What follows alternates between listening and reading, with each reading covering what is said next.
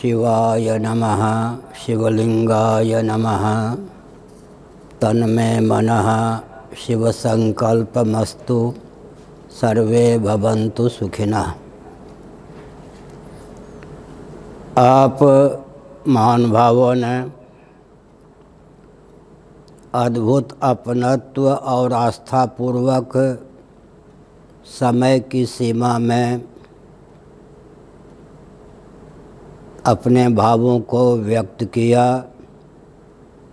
आपके विचारों को सुनकर मैं बहुत ही प्रमुदित हुआ, प्रभावित भी मैं हुआ। वस्तुस्थिति यह है कि जगत की संरचना का और जीवन का जो प्रयोजन है उसका विधिवत ज्ञान न होने के कारण जगत में दिशाहीनता है, जीवन में दिशाहीनता है।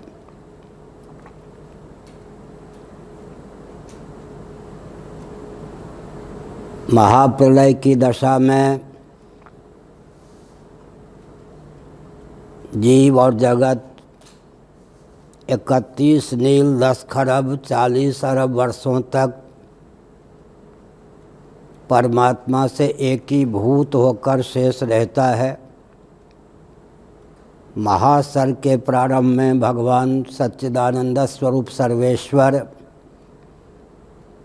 अकृतार्थ प्राणियों को कृतार्थ होने का अवसर प्रदान करने की भावना से आकाश, वायु, तेज, जल, पृथ्वी से मंडित सृष्टि की संरचना करते हैं और जीवों को अभुक्त कर्मों का फल भोगने के लिए नवीन कर्मों के संपादन के लिए तत्वज्ञान की क्षमता अर्जित करने के लिए देहेंद्रीय प्राणांतकरण से युक्त जीवन प्रदान करते हैं। चाहे स्थावर प्राणी हों, चाहे जंगम प्राणी हों, सबके अंतर्निहित भाव को समझने की आवश्यकता है। हम जितने प्राणी हैं, जीव हैं, हमारी चाह का जो सचमुच में विषय है उस पर विचार करने की आवश्यकता है और हमारी चाह का जो विषय है उसे हम उपलब्ध कर सकें तो स्वस्थ जीवन और जगत की संरचना हो सकती है। आप महान भावों ने वेदों का उद्घोष सुना होगा, असतो मां सद्गमय तमसो मां ज्योतिर्गमय मृत्योर्मामृतं गमय। मृत्यु, जड़ता और दुख से अतिक्रांत जीवन हम प्राप्त कर सकें, ऐसा जीवन जहाँ मौत की छाया भी न पहुँच सके, जड़ता अज्ञता से सुदूर जीवन हो, दैहिक दैविक भौतिक त्रिविध तापों से अतिक्रांत जीवन हो, इसका अभिप्राय होता है। वैदिक वाङ्मय का अनुशीलन करने पर हमारा आपका जो तात्विक वास्तविक स्वरूप सिद्ध होता है, जहाँ मृत्यु, जड़ता, दुख की पहुँच ही नहीं है, वैसा होकर ही हम शेष रह सकें, यह हमारे हृदय में निसर्ग सिद्ध भावना है। जब तदनुकूल व्यक्ति के जीवन की संरचना होती है, भोजन, वस्त्र, आवास, शिक्षा, स्वास्थ्य, यातायात, उत्सव, त्योहार, रक्षा, सेवा, न्याय, विवाह आदि के प्रकल्प चलाए जाते हैं तो सबके उत्कर्ष का मार्ग प्रशस्त होता है। मैं एक संकेत करना चाहता हूँ। 14 भुवनों का एक ब्रह्मांड होता है। आप सनातन सिद्धांत में आस्थान्वित महान भाव हैं। सुगमता पूर्वक इस तथ्य को समझ सकते हैं कि मर्त्यलोक, जिसको भूमंडल कहते हैं, थोड़ी देर के लिए उसको छोड़कर जो अन्य लोक हैं, वहाँ जितने प्राणी हैं उनमें सूर्य भी हैं, चंद्रमा भी हैं, वायु भी हैं, अग्नि भी हैं, यक्ष भी हैं, साथ ही साथ गंधर्व भी हैं, पितर भी हैं, देवता भी हैं, यहाँ तक कि सत्यलोक में ब्रह्मा भी रहते हैं। इन सब को जो उत्कर्ष प्राप्त हुआ है, इसके मूल में क्या सिद्धांत है, इस पर विचार करने की आवश्यकता है। बृहदारण्यक उपनिषद के अनुसार मैं एक भाव व्यक्त करना चाहता हूँ। आज जो ब्रह्मा जी के पद पर प्रतिष्ठित हैं, वे कभी मर्त्यलोक में, भारतवर्ष में, सतकुल में समुत्पन्न थे। उन्होंने विधिवत कर्म और उपासना का निष्काम भाव से आलंबन लिया और उसके प्रभाव से वे आज ब्रह्मा जी के पद पर प्रतिष्ठित हैं। मैंने अब तक यह संकेत किया कि विश्व में जहाँ कहीं उत्कर्ष है, दिव्यता है, वो वेदोक्त सनातन सिद्धांत के अनुरूप कर्म, उपासना और ज्ञान के फलस्वरूप है। इस रॉकेट, कंप्यूटर, एटम, मोबाइल के युग में भी वैदिक सिद्धांत को कोई अन्यथा सिद्ध नहीं कर सकता। हर देश में, हर काल में, हर परिस्थिति में जिसकी उपयोगिता चरितार्थ हो, उसी को सनातन वैदिक सिद्धांत कहा जाता है। हमारा सिद्धांत दार्शनिक, वैज्ञानिक, व्यावहारिक तीनों धरातल पर इतना ठोस है कि कोई उधर उंगली उठाकर देख नहीं सकता। मैं एक संकेत और करना चाहता हूँ। बहुत से पंथ हुए जिन्होंने हमारे सिद्धांत को लिया, लेकिन प्रक्रिया विधा उन्होंने अपनी कल्पित की, तो हमारे सिद्धांत को अपनाने में समर्थ होने पर भी जीवन में उतारने में सफल नहीं हुए। केवल संकेत करता हूँ, अहिंसा, सत्य, अस्तेय, ब्रह्मचर्य, अपरिग्रह, ये पंचशील हैं। मानवोचित शील की सब जीवन में प्रतिष्ठा के लिए आवश्यक है। अहिंसा हो, सत्य हो, अस्तेय हो, ब्रह्मचर्य हो, अपरिग्रह हो। लेकिन हमारी सनातन विधा को न अपनाकर जिस जिस पंथ ने, तंत्र ने, व्यक्ति ने अहिंसा, सत्य, अस्तेय, ब्रह्मचर्य, अपरिग्रह को अपनाया, उसके गर्भ से विस्फोट निकल गया। इसका अर्थ यह है कि सिद्धांत हमारा हो, उसे क्रियान्वित करने की विधा या प्रक्रिया कोई नवीन उद्भासित की जाए, उससे उस फल की प्राप्ति नहीं हो सकती है। नान्यः पंथा विद्यते अनाया। मैं एक संकेत करना उचित समझता हूँ। हमने वेदादि शास्त्रों का मंथन करके राजनीति की एक स्वस्थ परिभाषा दी है, उस पर ध्यान केंद्रित करें, उसको क्रियान्वित करने का प्रकल्प हो तो सारी विसंगतियों को हम दूर करने में समर्थ हो सकते हैं। सुसंस्कृत, सुशिक्षित, सुरक्षित, संपन्न, सेवापरायण, स्वस्थ, सर्वहितप्रद व्यक्ति और समाज की संरचना, यह राजनीति की स्वस्थ परिभाषा वेदादि शास्त्रों के आधार पर उद्घोषित है। इसको क्रियान्वित करने का प्रकल्प चलाया जाए तो कोई विसंगति नहीं रह सकती है। अब व्यावहारिक धरातल पर मैं एक तथ्य वेदनापूर्वक प्रकट करना चाहता हूँ, सावधान।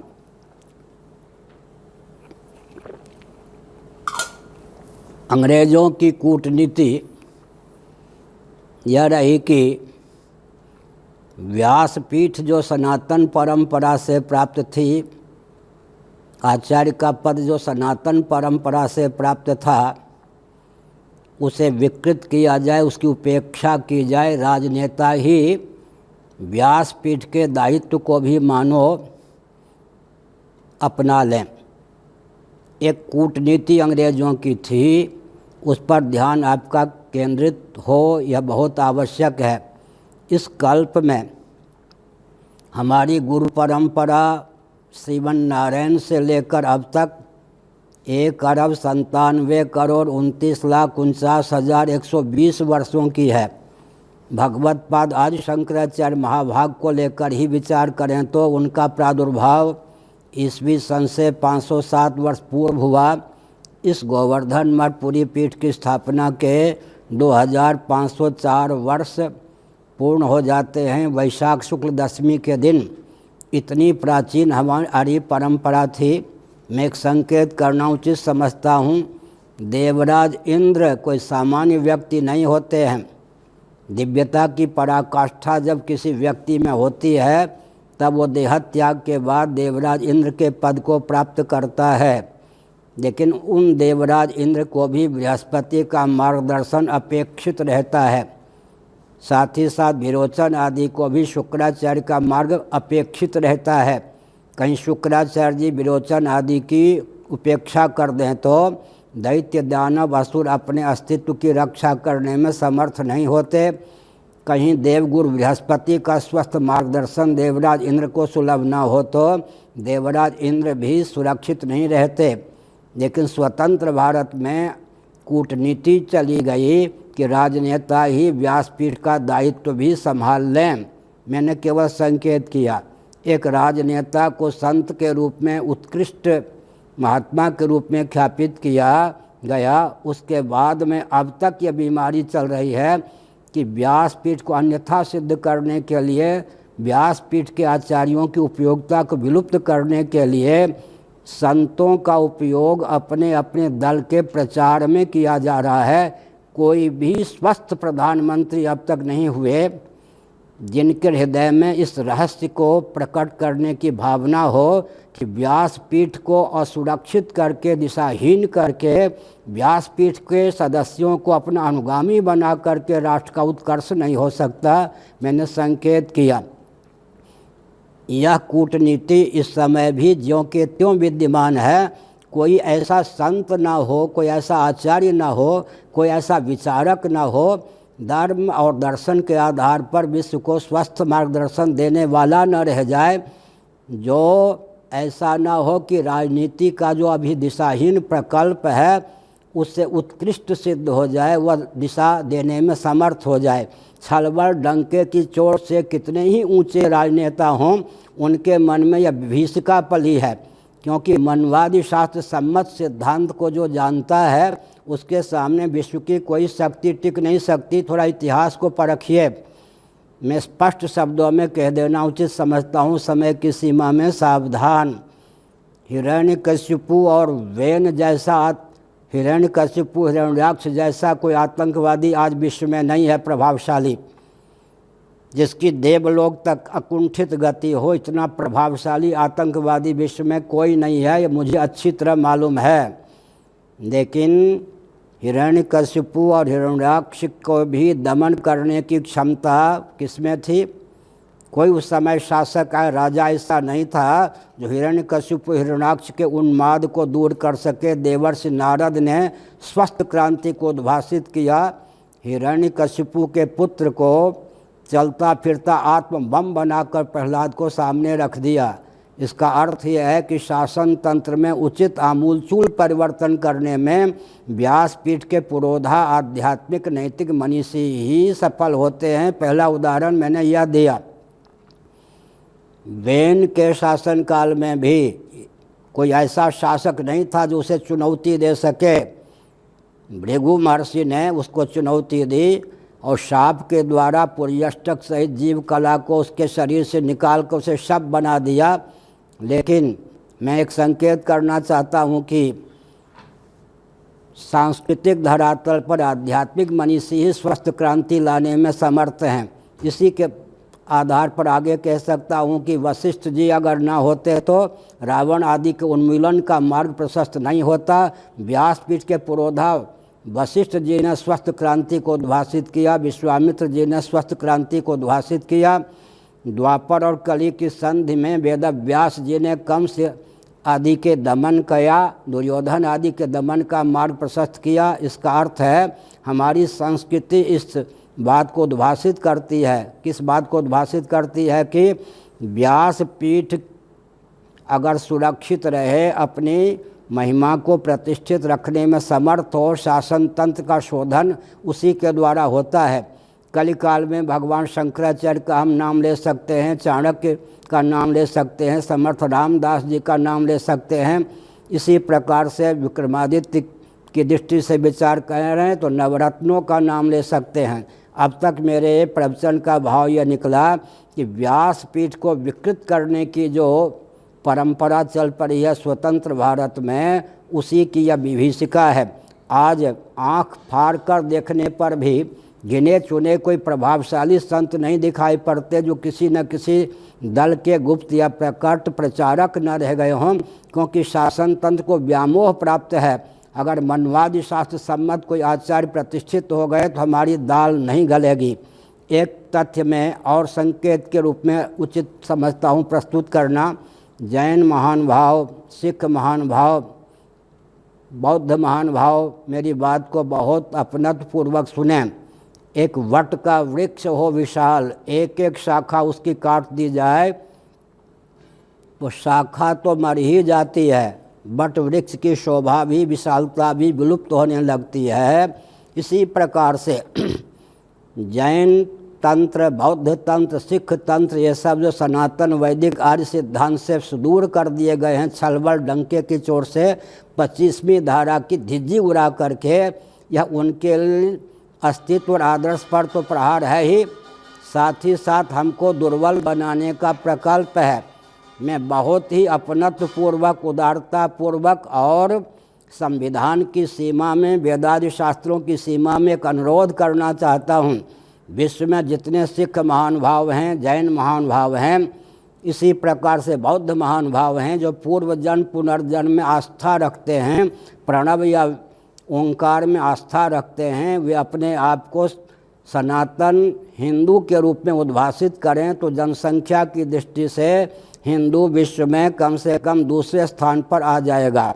साथ ही साथ विज्ञान, दर्शन और व्यवहार में सामंजस्य साध करके हम सबके हित का मार्ग प्रशस्त करेंगे तो पूरा विश्व हमारे सिद्धांत के ऊपर लट्टू हुए बिना नहीं रहेगा। उदाहरण आप ले लीजिए, सनातन धर्मियों का वेदादि शास्त्र सम्मत परंपरा प्राप्त जो कृषि विज्ञान, भोजन विज्ञान है, आवास विज्ञान है, शिक्षा, स्वास्थ्य, यातायात, उत्सव, त्यौहार, रक्षा, सेवा, न्याय इत्यादि के प्रकल्प हैं, इस रॉकेट, कंप्यूटर, एटम, मोबाइल के युग में भी दूसरा कोई प्रकल्प किसी तंत्र का उसके सामने टिकता नहीं। विवाह का ही प्रकल्प ले लीजिए, न्याय का ही प्रकल्प ले लीजिए। इसका अर्थ है कि हमारी भोजन, वस्त्र, शिक्षा, स्वास्थ्य, आवास, रक्षा, सेवा, न्याय, विवाह आदि के जो भी प्रकल्प हैं, जो भी हमारी परियोजनाएं हैं, वो इस रॉकेट, कंप्यूटर, एटम, मोबाइल के युग में भी सर्वोत्कृष्ट हैं। ऐसी स्थिति में विचार करने की आवश्यकता है कि हम सनातन शास्त्रों के आधार पर इन सब तथ्यों को समझें और कम से कम भारत, नेपाल, भूटान आदि देशों में उसे क्रियान्वित करने का प्रकल्प चलावें। जहाँ तक रक्षा की बात है, सुन लीजिए ध्यानपूर्वक, द्रोणाचार्य ब्राह्मण होकर भी धनुर्वेद आदि में पारंगत थे या नहीं, परशुराम जी ब्राह्मण होकर के भी धनुर्वेद आदि में पारंगत थे या नहीं, विश्वामित्र जी ब्रह्मर्षि होने के बाद भी धनुर्वेद आदि में पारंगत थे या नहीं। महाभारत में लिखा है कि कोल, भील, किरात इत्यादि जो हैं लड़ाकू कौम, इनको रक्षा की दृष्टि से बुलंद करना चाहिए। जब देश की सुरक्षा पर कहीं से आँच आवे, इनको भी आगे करना चाहिए। क्षत्रिय तो योद्धा भीष्म आदि की तरह होते ही थे। तो मैंने संकेत किया, हमारे यहाँ ब्राह्मण, क्षत्रिय, वैश्य, शूद्र, अंत्यज सब के सब सैनिक होते थे, सबको सेना का प्रशिक्षण अनिवार्य होता था। महाभारत का अनुशीलन कीजिए, अगर अपने अस्तित्व और आदर्श पर आँच आ जाए तो ब्राह्मण को भी शस्त्र ग्रहण करना चाहिए। क्षत्रिय तो योद्धा होते ही हैं, वैश्यों को भी शस्त्र ग्रहण करना चाहिए। जब हमारी यह परंपरा थी तो कहीं से आँच आने की संभावना नहीं थी। मैं एक संकेत करता हूँ, प्रायः साल में 10-20 बार उदाहरण देता हूँ। ये भुजदंड हैं, शरीर के किसी अंग या प्रत्यंग पर वार की संभावना हो तो टूटने फूटने की चिंता किए बिना अपने आप को यूँ कर देते हैं। इसी प्रकार इसमें यह क्षमता कहाँ से आई परंपरा प्राप्त निसर्ग सिद्ध संस्कार संवेत ये भुजदंड हैं।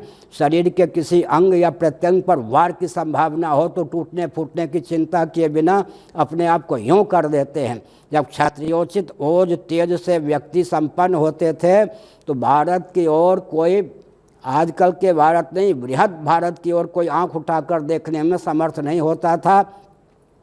जब दिशाहीन अहिंसा को प्रोत्साहित किया गया, वर्णाश्रम निरपेक्ष अहिंसा को प्रोत्साहित किया गया, हमारा छात्र बल दुर्बल होने लगा, तब से भारत की परतंत्रता का मार्ग प्रशस्त हो गया।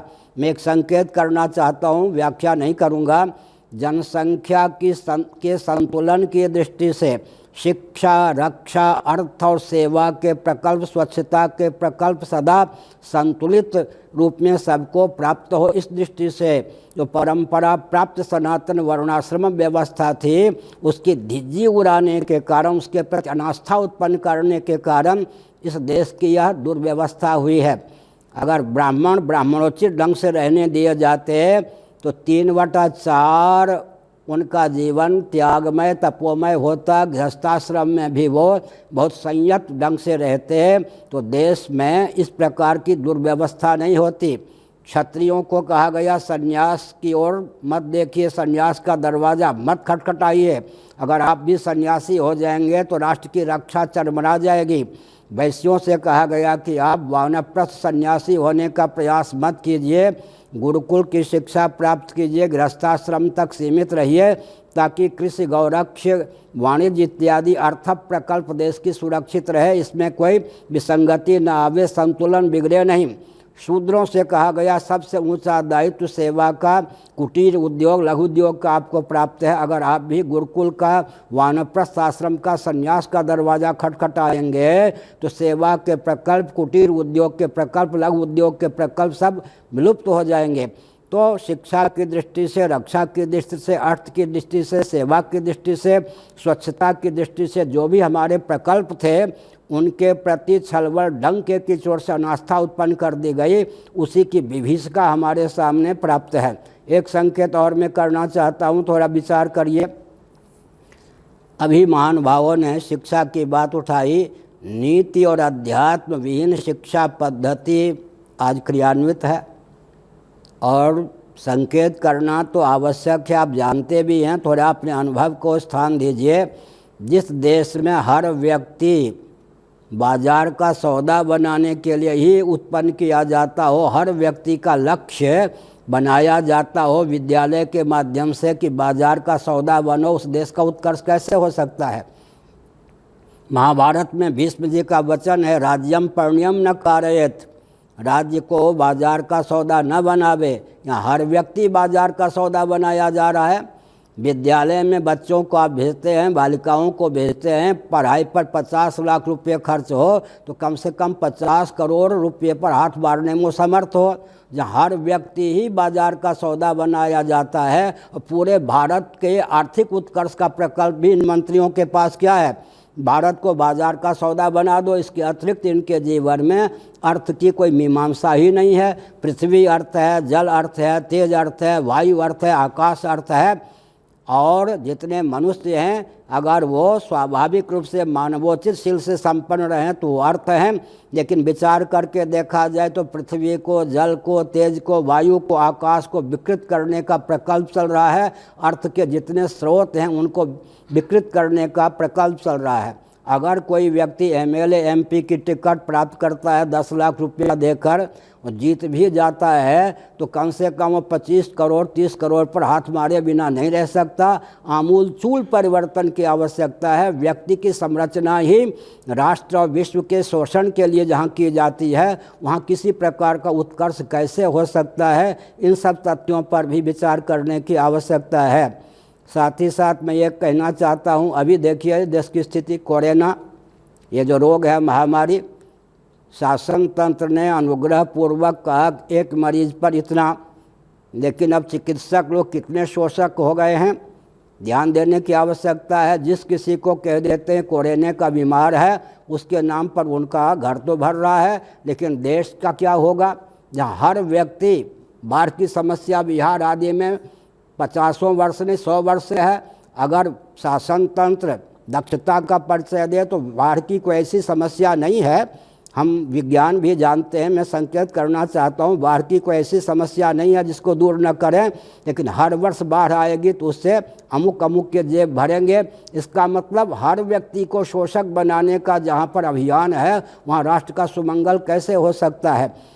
व्यक्ति की संरचना जिस शिक्षा पद्धति के आधार पर होती है वो देहात्म भाव भावित है। देह के नाश से जीवात्मा का नाश नहीं होता, देह के भेद से जीवात्मा में भेद की प्राप्ति नहीं होती। यह सब तो कोई प्रकल्प शिक्षा पद्धति में है ही नहीं। एक और संकेत करना चाहते हैं, यह कितना आतंकवाद है स्वतंत्रता के बाद कि हमारे मठ मंदिर भी हमारे पास नहीं है।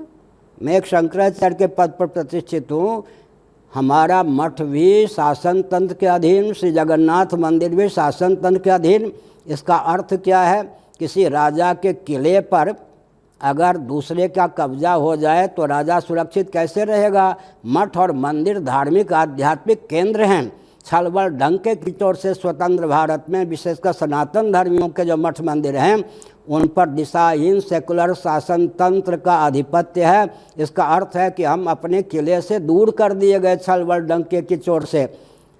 हमारी शिक्षा रक्षा आदि के प्रकल्प चलते थे मठ मंदिरों से, लेकिन वो मठ मंदिर भी अब हमारे पास नहीं है, शासन तंत्र के पास हैं। और शासन तंत्र भी हमारे पास नहीं है, किसी न किसी गुप्त या प्रकट बाह्य तंत्र से प्रभावित है। मान लीजिए कोई व्यक्ति कहे मेरा जूता है जापानी, पतलून इंग्लिस्तानी, सिर पे लाल टोपी सोए, फिर भी दिल है हिंदुस्तानी। कहाँ से हिंदुस्तानी दिल लाओगे? घुमा फिरा करके जो शोषक मंत्री नहीं हैं वो भी उस प्रकल्प को क्रियान्वित कर देते हैं जिस प्रकल्प के गर्भ से विस्फोट निकलता है। क्योंकि पृथ्वी, पानी, प्रकाश, पवन, आकाश, ये सब जो ऊर्जा के स्रोत हैं इनको विकृत किए बिना, कुपित किए बिना, क्षुब्ध किए बिना आजकल कोई विकास की परियोजना क्रियान्वित नहीं है। जब विकास की परिभाषा ही शासन तंत्र के उच्च से उच्च व्यक्ति को पता नहीं है तो विकास के नाम पर जो कुछ क्रियान्वित होगी योजना उसके गर्भ से विस्फोट निकलेगा, जैसे कि बीमारी निकल आई। तो हमने एक संकेत करना चाहा, अर्थ की बात है। बहुत से महानुभावों ने कहा आर्थिक उत्कर्ष हो, लेकिन आर्थिक उत्कर्ष तब होना जब अर्थ की परिभाषा का ज्ञान हो। मैंने कहा श्री सूक्तम के आधार पर पृथ्वी अर्थ है, जल अर्थ है, तेज अर्थ है, वायु अर्थ है, आकाश अर्थ है और नीति अध्यात्म से समन्वित तो प्रयोक्ता मनुष्य अर्थ है। जब अर्थ की परिभाषा ही ठीक से मालूम नहीं, पृथ्वी, जल, तेज, वायु, आकाश आदि को बिल्कुल क्षुब्ध करने के प्रकल्प, विकृत करने के प्रकल्प को ही अर्थ कहा जा रहा है, तो अर्थ की परिभाषा भी विश्व में है नहीं, राजनीति की परिभाषा भी है नहीं। इस दृष्टि से आमूलचूल परिवर्तन की आवश्यकता है। गुण में दोष निकालना उचित नहीं है, लेकिन अगर हम स्वस्थ दिशा नहीं दे सकेंगे तो विश्व का कल्याण कैसे होगा? तो हमने अब तक यह कहा कि हमारे यहाँ जो भी ये जो कुछ महान भावों ने यह भी कहा कि शंकराचार्य का यह दायित्व होता है और उसका निर्वाह करना चाहिए। जो जो अमुक अमुक शासन काल में हमसे दूर चले गए उनको अपनाने का प्रकल्प चलाना चाहिए। मैंने प्रकल्प चलाया, आप भी सुन लीजिए। जो भी हमारे सज्जन जिनको ये पता है, गर्व है कि उनके पूर्वज हिंदू थे, अमुक शासन काल में छलबल डंके की चोट से उनको विधर्मी बनाया गया, च्युत किया गया, अथवा लोभ भय के वशीभूत होकर वो धर्मच्युत हो गए। लेकिन आज भी भरतपुर आदि क्षेत्र जो हैं, मुझे अच्छी तरह मालूम है कि बहुत से ऐसे मुस्लिम सज्जन हैं जिनको अपने गोत्र का पता है, इष्ट देवी का पता है, इष्ट का पता है। उनसे मैं अनुरोध करता हूँ कि वो अपने आप स्वेच्छापूर्वक अपने पूर्वजों के मार्ग पर चलकर 100-200 की संख्या में घोषित कर दें कि हम हिंदू हैं। उनके यहाँ जो विवाह की प्रथा है, अभी भी तो आपस में ही वो विवाह करते हैं, गोत्र आदि को बचा करके। विधर्मी कहे जाने पर भी विवाह की परंपरा उन्होंने अपने संस्कृति के अनुसार रखी। और एक संकेत करता हूँ, ऊपर की रोटी में सबका अधिकार, ऊपर की रोटी में सबका अधिकार, ऊपर की बेटी में नहीं अधिकार। इससे क्या होता है? वर्ण संकरता, कर्म संकरता के चपेट से मुक्त होकर के हम अपने अस्तित्व आदर्श की रक्षा करने में समर्थ होते हैं। तो जो भी स्वेच्छापूर्वक चाहते हैं कि हमारे पूर्वज हिंदू थे, वो हिंदू होने के लिए मैं शंकराचार्य के पद से उद्घोषित करता हूँ। वो 100-200 की संख्या में घोषित करें, 1000-1 लाख की संख्या में हम अपने पूर्वजों के मार्ग पर चलना चाहते हैं। उनके यहाँ विवाह की प्रथा अभी सुरक्षित है, उस ढंग से विवाह करें और ब्राह्मण क्षत्रिय वैश्य इत्यादि रोटी में उनको सम्मिलित कर लें। अर्थात हमारे यहाँ भोजन करने में तो सब अधिकृत होते हैं, ऊपर की रोटी में सबका अधिकार। ऊपर की बेटी से परहेज इसलिए करते हैं कि वर्ण संकरता कर्म संकरता न आ जाए। शेर आदि में भी अगर संकरता आ जाती है तो चीता इत्यादि संज्ञा हो जाती है। इसलिए अर्जुन को 2 चिंता थी। गीता उठाकर देखिए कि हमारा पवित्र कुल कहीं वर्ण संकरता कर्म संकरता के चपेट में न आ जाए। गीता का पहला अध्याय, तीसरा अध्याय, चौथा अध्याय, श्री कृष्ण भगवान को भी यह चिंता थी कि कर्म संकरता के चपेट में न आ जाए हमारा क्षत्रिय कुल। अर्जुन को भी चिंता थी, तो बहुत मर्यादित ढंग से आह्लाद पूर्वक, कोई द्वेष पूर्वक नहीं, हम सबको अपनाने के लिए तैयार हैं। साथ ही साथ हम संकेत करना चाहते हैं जो मुस्लिम तंत्र, क्रिश्चियन तंत्र, कम्युनिस्ट तंत्र हिंदुओं को अपना विरोधी न समझें। हमारा उदात्त सिद्धांत ऐसा है कि जिस पर चलने पर हर व्यक्ति का जीवन काल में भी उत्कर्ष हो सकता है। लौकिक उत्कर्ष, पारलौकिक उत्कर्ष और परमात्मा की प्राप्ति का मार्ग भी प्रशस्त है।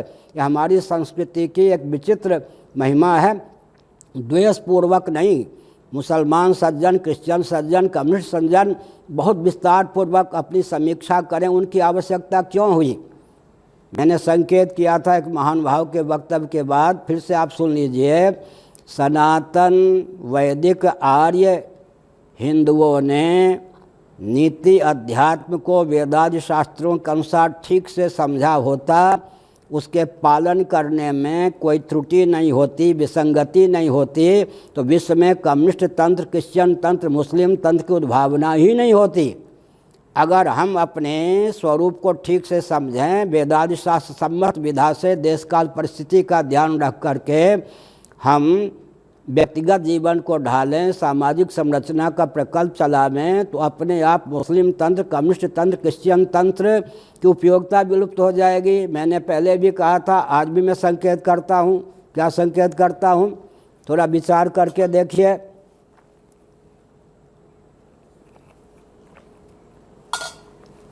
अगर कोई व्यक्ति 10 पीढ़ी के लिए धन बटोरता है, अपने धन का सदुपयोग नहीं करता, दंडाधिकारी का कर्तव्य है उसको दंड दे। अगर कोई निर्धन है, कार्य करने में समर्थ है, तपस्या या श्रम से बचता है, दाने दाने के लिए मोहताज है, फिर भी निकम्मा बना रहता है, निठल्ला बना रहता है, हाथ पर हाथ रख कर बैठता है, शासन तंत्र का दायित्व है, उसे दंड दे। दंड क्या दे? मजबूत रस्सी से वजनदार गुरुत्व युक्त पत्थर गले में बांध करके जलाशय में पटक दे, फेंक दे। यह हमारे यहाँ श्रीमद् भागवत के 7वें स्कंद के अनुसार, महाभारत उद्योग पर्व के अनुसार कह रहा हूँ। यह जब प्रथा थी तो कौन कम्युनिस्ट की धारा में बहता? हमारी प्रथा में जो विकृति आई उसका परिणाम कम्युनिज्म है। अगर हम अपनी प्रथा को विधिवत क्रियान्वित करें तो कोई कम्युनिस्टों की उपयोगिता ही समाप्त हो जाएगी। महाभारत में 2-3 जगह आया है, असाधु जो हैं और धनाढ्य भी हैं, उनसे धन का अपहरण करके, विधिवत छीन करके, उनकी बहू बेटी के शील की रक्षा करते हुए, वो भी दाने दाने के लिए मोहताज ना हो, इसका ध्यान रखते हुए अगर कोई व्यक्ति असाधुओं से, ऐसे धनाढ्यों से धन को छीनकर उसका उपभोक्ता स्वयं न होकर जहाँ जहाँ अपेक्षा है उस धन के वहाँ वहाँ लगा देते हैं, तो मरने के बाद उनको स्वर्ग मिलता है। कयाधु नामक डाकू का मैं नाम लेता हूँ। कयाधु नामक डाकू, भगवान रामकृष्ण की बात छोड़ दीजिए, कयाधु नामक डाकू, हैं कायव्य, कायव्य नामक डाकू, कायव्य नामक डाकू का नाम लेकर जो यात्रा करता है उसकी यात्रा सुमंगल होती है। महाभारत में लिखा वेद व्यास जी ने, कायव्य का नाम लेकर। कायव्य में क्या विशेषता थी? कायव्य में यह विशेषता थी जो 10 पीढ़ी के लिए धन इकट्ठा करते थे, जहाँ धन का उपयोग करना चाहिए वहाँ धन का उपयोग नहीं करते थे, को सूचना देता था वह कायव्य फिर भी अगर वो नहीं मानते थे तो दल बल के सहित उनकी संपत्ति का अपहरण करता था। बहू बेटी के शील की रक्षा करते हुए उनको भी दाने दाने के लिए मुहताज न बनाते हुए और उस संपत्ति का लूटे हुए धन का अपने लिए उपयोग न करके जहाँ जहाँ आवश्यकता थी वहाँ वितरित कर देता था। इसका अर्थ क्या हुआ? इसका अर्थ ये हुआ कि अगर हम अपने शास्त्रीय मार्ग पर चलते हैं तो न कम्युनिस्टों की ज़रूरत होती, न मुस्लिम तंत्र की ज़रूरत होती, न क्रिश्चियन तंत्र की ज़रूरत होती। ये जो हमारे हिंदुओं को सेवा के नाम पर छलबल डंके की जोर से क्रिश्चियन आदि बनाया जा रहा है, ये सब प्रकल्प की तो दाल ही नहीं गलती। और शासन तंत्र की सहभागिता न हो, कलेक्टर, एसपी इत्यादि, मुख्यमंत्री, प्रधानमंत्री आदि की अंदर से भावना न हो तो हिंदू अपने सिद्धांत को क्यों छोड़ेगा? दार्शनिक धरातल पर भी हम समृद्ध हैं और हमारा कोई ऐसा प्रकल्प नहीं जो किसी का शोषक हो। हमारा ऐसा कोई ऐसा प्रकल्प ही नहीं है जो किसी के लिए हितकर हो। कौन समझदार हिंदू धर्मांतरण कर सकता है, धर्मच्युत हो सकता है? इसका मतलब शासन तंत्र की सहभागिता के कारण, अंग्रेज़ों की कूटनीति के कारण हिंदुओं को छलबल डंके की चोट से विधर्मी बनने के लिए बाध्य किया जाता है। अब एक संकेत करता हूँ, समय भी पर्याप्त हो रहा है। 1 रुपया 1 घंटा हर हिंदू परिवार से निकले। अगर एक व्यक्ति 10 रुपये निकालता है, 9 ऐसे निर्धन परिवार के व्यक्ति जो एक परिवार से 1 रुपया भी रोज़ सामाजिक कार्य के लिए, सांस्कृतिक कार्य के लिए नहीं निकाल सकते, तो 9 रुपया उनकी ओर से, 1 रुपया अपनी ओर से, 10 रुपये औसतन एक हिंदू परिवार से 1 रुपया रोज़ निकले और 1 घंटा समय निकले। उस रुपये का, उस समय का उपयोग उसी क्षेत्र को सुसंस्कृत, सुशिक्षित, सुरक्षित, स्वावलंबी आदि बनाने में हो, किसी प्रकार की कोई विसंगति हमारे यहाँ प्राप्त ही नहीं हो सकती है। इसलिए अर्थ हमारा जीवन सबके लिए हितकर हो, हम किसी के शोषक ना हों। ये जो हमारी परंपरा प्राप्त शिक्षा पद्धति थी उसमें विकृति लाई गई है, जिसके फलस्वरूप यह सब विसंगति है। और एक विचित्र बात है, देखिए ऊपर ऊपर काम करना अलग चीज़ है। भारत की स्थिति क्या है, किसी तंत्र पर कटाक्ष करना उचित नहीं है, लेकिन एक शहर का नाम लेता हूँ, उसका नाम है मेरठ, उत्तर प्रदेश में।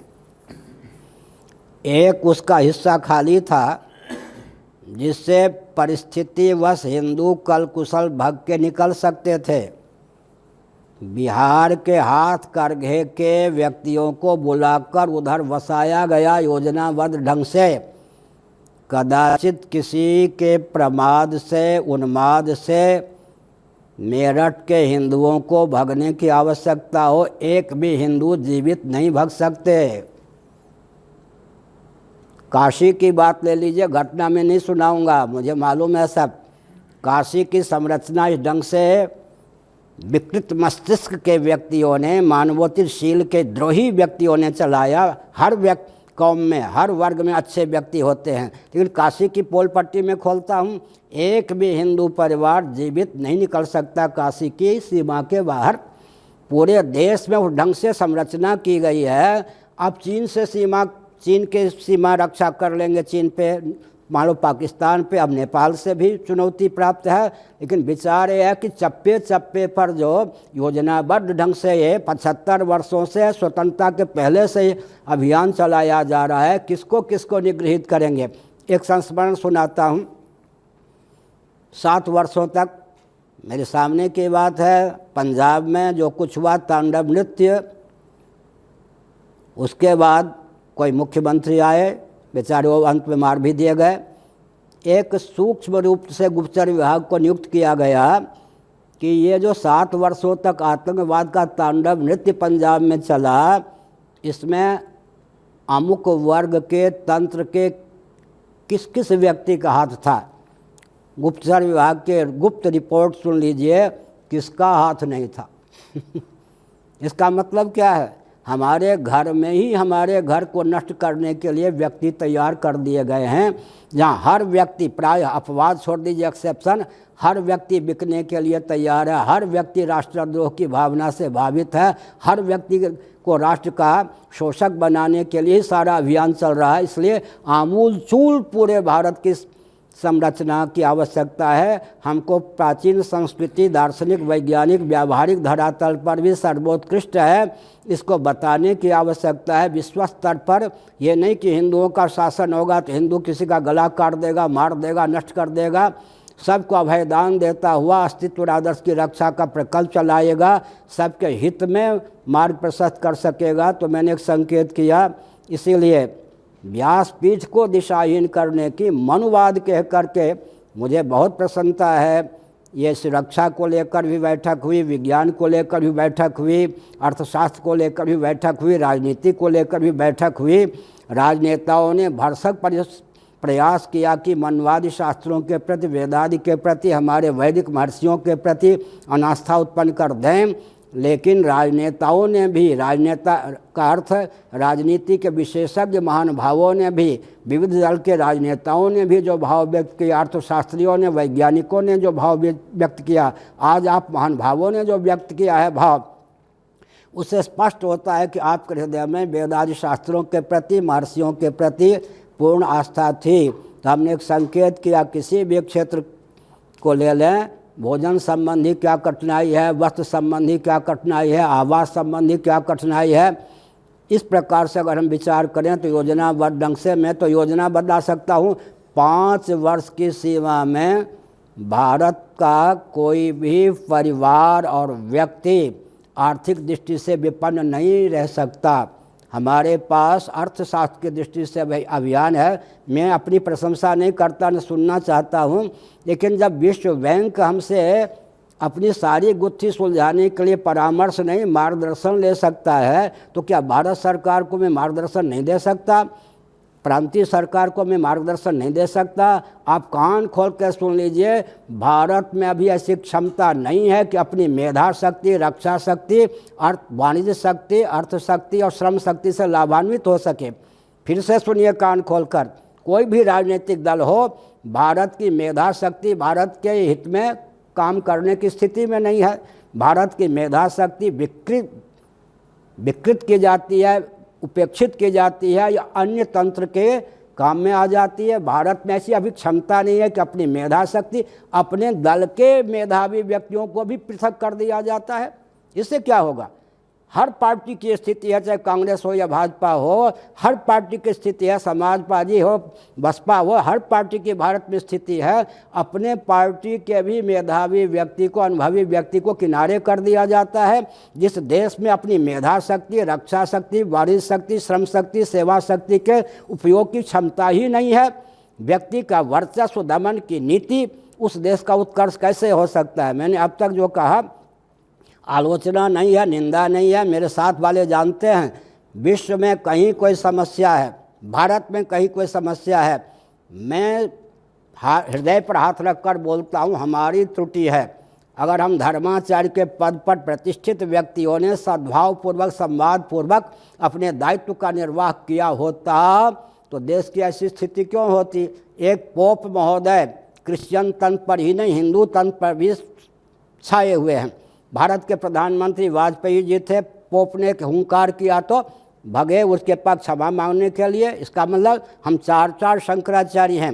लेकिन आपको सुनकर आश्चर्य होगा, आतंकवादी और बिल्कुल पार्टी के पक्षधर व्यक्तियों को भी शंकराचार्य के रूप में ख्यापित किया जा रहा है, ताकि व्यासपीठ को भी विकृत करके नष्ट करने का अभियान है। तो जिस देश में षड्यंत्र ही षड्यंत्र है, उस देश में विकास तो ऊपरी एक चीज़ है, अंदर से देश को अत्यंत खोखला कर दिया गया है। लेकिन निराशा की बात नहीं, अंत में एक संकेत करता हूँ, यह श्री रामकृष्ण की भूमि है। हमने कंस के शासनकाल को देखा, इसी प्रकार से हिरण्यकश्यपु आदि के शासन तंत्र को देखा, रावण के शासन तंत्र को देखा। इस प्रकार की विभीषिका आई और सनातन परंपरा के संतों ने, महर्षियों ने, ऋषियों ने उस विभीषिका को दूर करके भव्य भारत की संरचना की। तो मैं कोई भावुकतापूर्वक ही नहीं कहता, मैं बहुत ही उत्तम ढंग से कहता हूँ। एशिया महाद्वीप के अंतर्गत प्रथम चरण में कम से कम भारत, नेपाल, भूटान को हिंदू महाद्वीप, एशिया महाद्वीप के अंतर्गत ये जो 3 राष्ट्र हैं, प्रथम चरण में अपनी ओर से मैं घोषित कर रहा हूँ और कर भी चुका हूँ, हिंदू द्वीप के रूप में ये उद्भाषित हो। हिंदू शब्द प्राचीन है, ये भी कान खोल के सुन लीजिए। अमुक अमुक तंत्र जब भारत में नहीं थे, विदेशी यात्री जो आए उनके यहाँ हिंदू शब्द का प्रयोग है। हिंदू कूट, हिंदू पर्वत इत्यादि हमने संकेत किया। ऋग्वेद में भी हिंदू शब्द का प्रयोग है। कालिका तंत्र में, मेदिनी तंत्र में, बृहस्पति आगम में हिंदू शब्द भी हमारा बहुत प्राचीन है। दूषित, हिंसा को जो दूषित करे, और हिंदू का अर्थ होता है हिमाचल से लेकर, हिमालय से लेकर इंदु सरोवर। इसका मतलब क्या है? कन्याकुमारी तक का क्षेत्र हिंदू। भगवत पाद आदि शंकराचार्य महाभाग के द्वारा प्रतिष्ठित जो 4 पीठ हैं, कम से कम भारत में ये जो 4 पीठ हैं अभी भी भारत में ही विद्यमान है। आदि शंकराचार्य महाराज की दूरदर्शिता देखिए।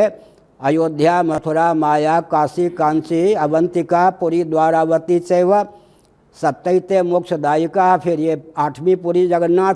8 पुरियाँ अयोध्या, मथुरा, हरिद्वार, काशी, कांची, अवंतिका मन उज्जैन, द्वारकापुरी, पुरी, 8 कम से कम पुरियाँ आजकल भारत की सीमा में हैं।